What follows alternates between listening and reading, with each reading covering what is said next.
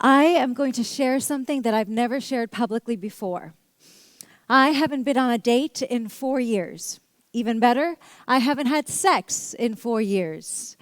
I know, shocking. The moment I said that, I could feel everyone collectively, virtually, sit up and lean in forward to investigate what I look like and perhaps how old I am, to discern whether my abstinence is because of choice or a lack of choice. Don't worry, I'm not offended. Let's just say I've grown used to being scrutinized. Let's back up. In 2013, I decided to write a memoir called I Am Yours. I Am Yours tells the story of my childhood and teenage years in Bangladesh and Thailand, my immigration journey to the United States, and the adversities I overcame in my 20s, like rape, assault, harassment, and intimate partner abuse, to ultimately find my voice and my power.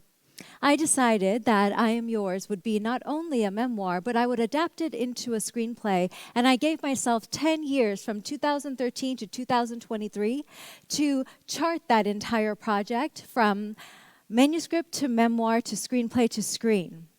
And last year, I Am Yours, the memoir, was published on February 5th, 2019. And last night, I flew in from LA after a week of thrilling meetings with my brilliant screenwriting partner, Dara Resnick, and our management teams as we finalized the last details on our screenplay before sending it off to producers like Reese Witherspoon, Bruna Papandrea, and Charlize Theron. Now, most authors choose to not adapt their own books into screenplays, but I went to college for acting and writing for theater and film, and I love power. I love having the total, unflinching, unapologetic agency to author my narrative. It is, for me, non-negotiable. Now, power and agency occur in different forms, but at all times, power means the ability to make and have impact. Power means the ability to set and lead the tone on how things are done. Power means the ability to employ myself and others and to mobilize change within Hollywood and the media. In short, power means access to leadership, access to money, and access to choice. And anybody who tells you that power and money don't matter are people who grew up with easy access to both, and that is the luxury of privilege. Charlize Theron, Reese Witherspoon, Bruna Papandrea. I have been working since 2013 to reach these powerful women, word by word, step by step, goal by goal. And so much of this thrilling moment in my career can be traced back to one life-altering decision I made on June 25th, 2016, when I took harsh inventory of my daily schedule, and I saw that although I was being diligent, there was one quota of time that was being quite lazy, that wasn't being invested toward my immediate priorities and goals. That daily, lazy ration of time spent scrolling through Tinder, then Bumble, then Raya, flirting and texting, and perhaps going on a date or two with people I wasn't sincerely invested in or connected to, meaning I was wasting their time and my own. I realized that although in my professional life, intention and focus are core to who I am, in my dating life, I wasn't operating with either one of those things. The moment I realized this, it was so easy to drop recreational dating culture like an allergy I just didn't need. I decided that for the time being, instead of dating men, I would date my ambition. Now, what is fascinating are the reactions I began receiving from other people at social gatherings when asked, "So, are you dating anyone?"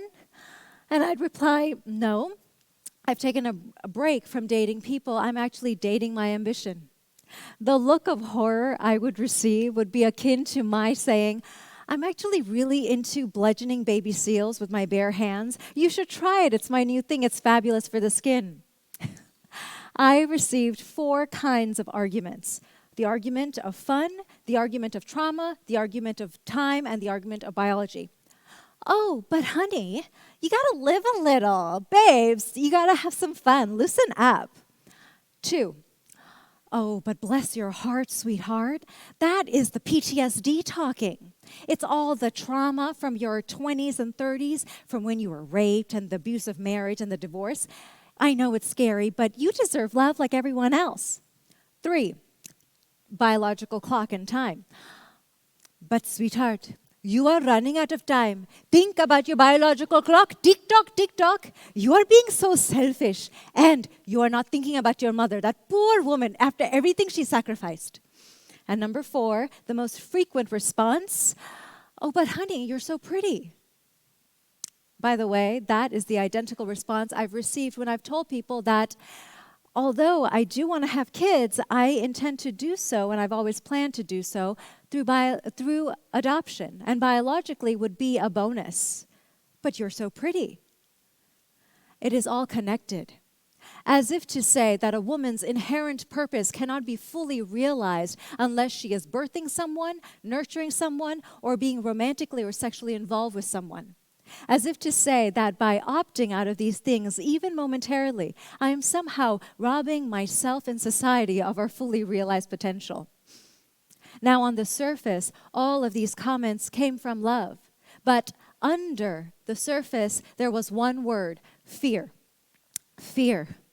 The assumption that I am somehow robbing myself or society of our fullest potential, that is someone else's fear projected onto me, assuming that their fears are my fears driving my intentions, when actually it is the opposite.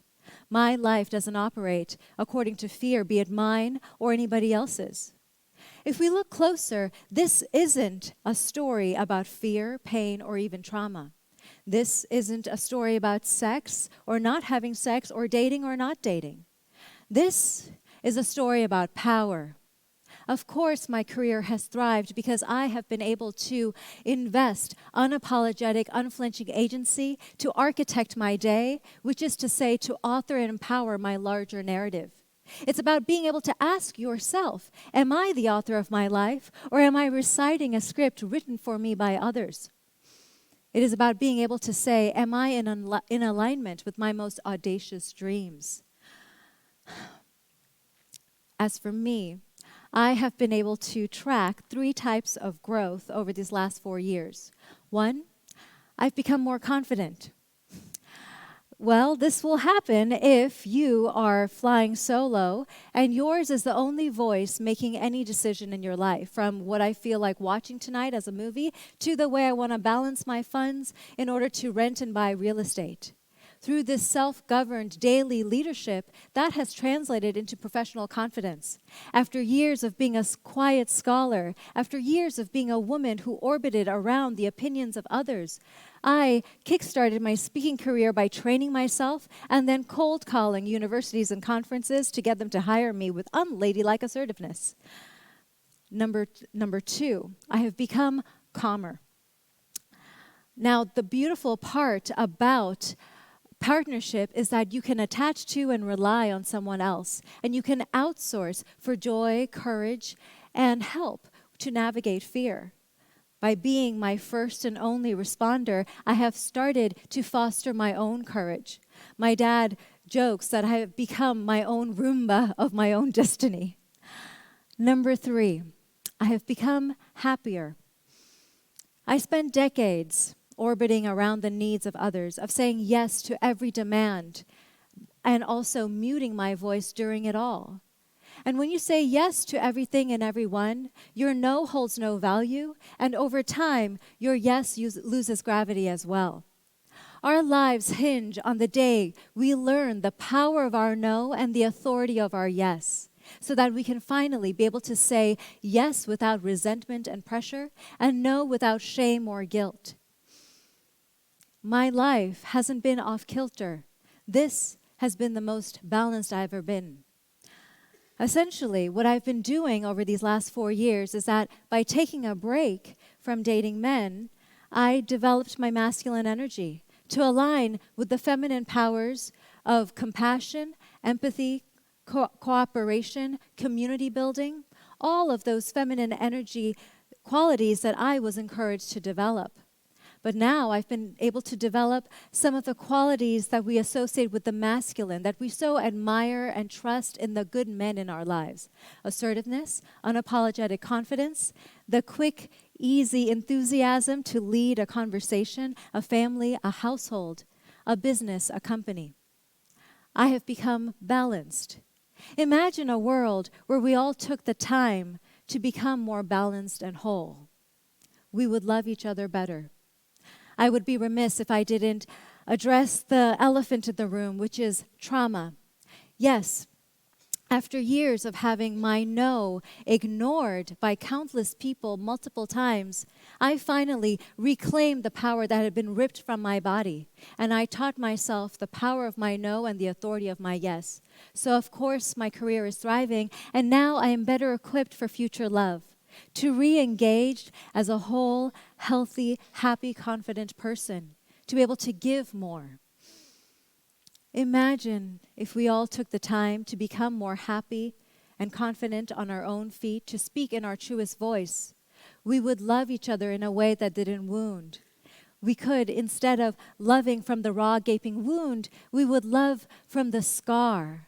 That newly hewn and healed skin, tougher and wiser than the original.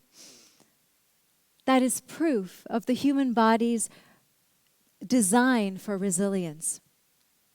About 10 days ago, I became an American citizen on February 4th, 2020. Now, this was a long journey for me. There were 52 of us from 25 countries being sworn in at our ceremony. And there were 25 different translators whispering line by line of the Pledge of Allegiance, Bengali, Hindi, Russian, Spanish. I looked around in reverence, thinking, none of us come here to take anything from anyone else. If anything, we are here to give. A clear line can be drawn from anyone who is threatened by my decision to live my life on my terms with immigrants who come to the United States, to think that we are somehow here to steal power away from someone else. No, we are purely trying to reclaim our human right to agent and author our narrative on our terms, to live in alignment with our most audacious dreams and freest voice, a human right. Prior to my ceremony, to compose myself, I went to the ladies' room, and as is universal law, the stall I was in was sandwiched by two other women having a conversation, volleying their voices over the stalls. And I could tell that they were speaking in Bengali, my original mother tongue, a daughter and a mother. And the daughter was reassuring her mother that she would do fine on her interview, that she would be passed for citizenship. It's a daunting process. I exited the stall, I washed my hands, and I took out a notebook, a pen, and some Scotch tape that I carry with me at all times. I wrote on the notebook the line that my beloved screenwriting partner Dara has been whispering as our mantra through this entire writing and pitching process for the movie. This is the one I will fight for. I taped the love on the mirror for the mother and daughter to find. Someone in this room is navigating a difficult decision. If you have in the past compromised for decisions that are beneath your most free, brave voice, claim this love note as your own, as blessing and permission to agent and author your narrative. Stand in the power of your no and the authority of your yes. We are each the architects of our resilience or our victimhood. Don't play a supporting character in your life when technically you are the main character. Become the voice leading your story. Thank you. Thank you. Thank you very much. Thank you.